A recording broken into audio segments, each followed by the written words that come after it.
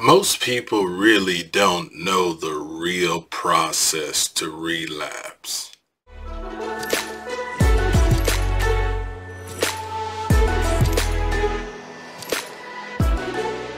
What's going on, everybody? This is David Brooks, the Cadillac Counselor, coming at you to tell you a little piece of my mind. And today we are going to talk about relapse, not from a book standpoint, but from reality, because so many struggle with relapsing of anything, any behavior. I'm going to be really speaking about all addictions and see if the process fits you correctly. The first part of a relapse is the craving.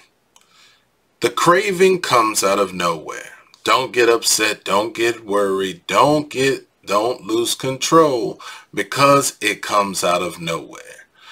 People might argue that, but I'm going to tell you, I've been in this for a long time and it just comes out of nowhere.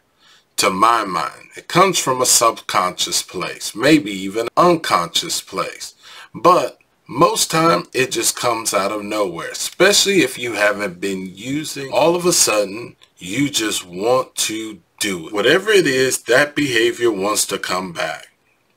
Some people it's in food, some people have cutting, some people have drugs, anything. It just wants to appear. Don't worry, I'll tell you at the end how to defeat the craving. The next thing is thinking.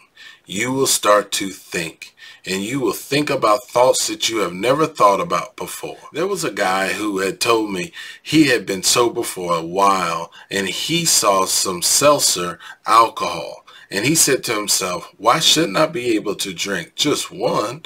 And he hadn't drank in over 10 years, but he was upset with himself that he could not even have the opportunity to try this new seltzer. We talked about it and we discussed it, and we said, is that really real? How many other alcoholic beverages are going to come out in your lifetime that you will never drink? The problem is that you don't want to lose control over one particular seltzer.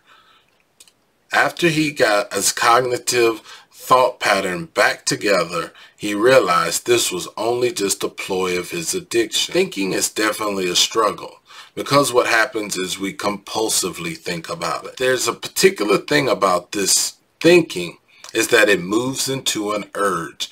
You start to get this urge to just, it's more than a thought. You start to just want to do it. Whether good, bad, or indifferent, it's starting to kind of move you. Now, the key is you haven't quite made a plan yet, but you are getting urges. Like you're just thinking about it in really deep thought.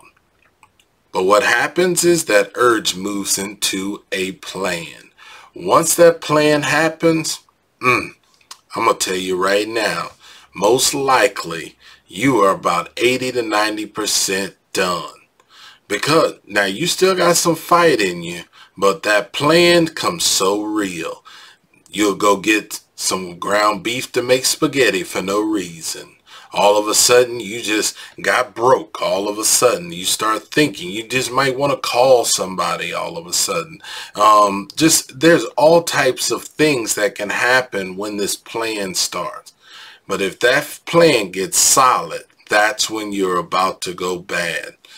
See, this is the relapse process. Still haven't used. And a lot of people think that when you go and do that behavior, or you go and drink, or you go and you shop, whatever it is, all of a sudden you think that you've relapsed at that point. No, the relapse happened way before that.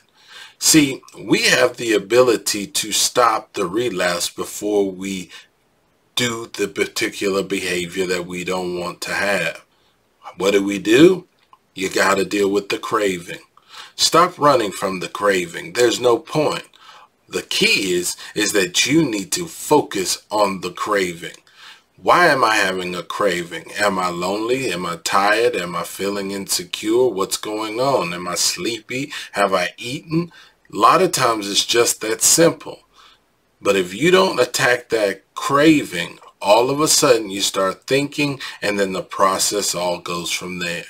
I want you guys to take hold of your addictive mindset. That thing before a relapse happens, you have the ability to stop it. It's all about whether or not you're willing to fight it to the very end, or are you going to give up. There's a reason why they say addictions are baffling, because they will get you at your lowest and they will take you for the ride that you've never had. And they say one is too many and 1,000 isn't enough. That's with whatever behavior you have an issue with. This is David Brooks, the Cadillac Counselor, coming at you to tell you a little piece of my mind. Take it easy. Bye.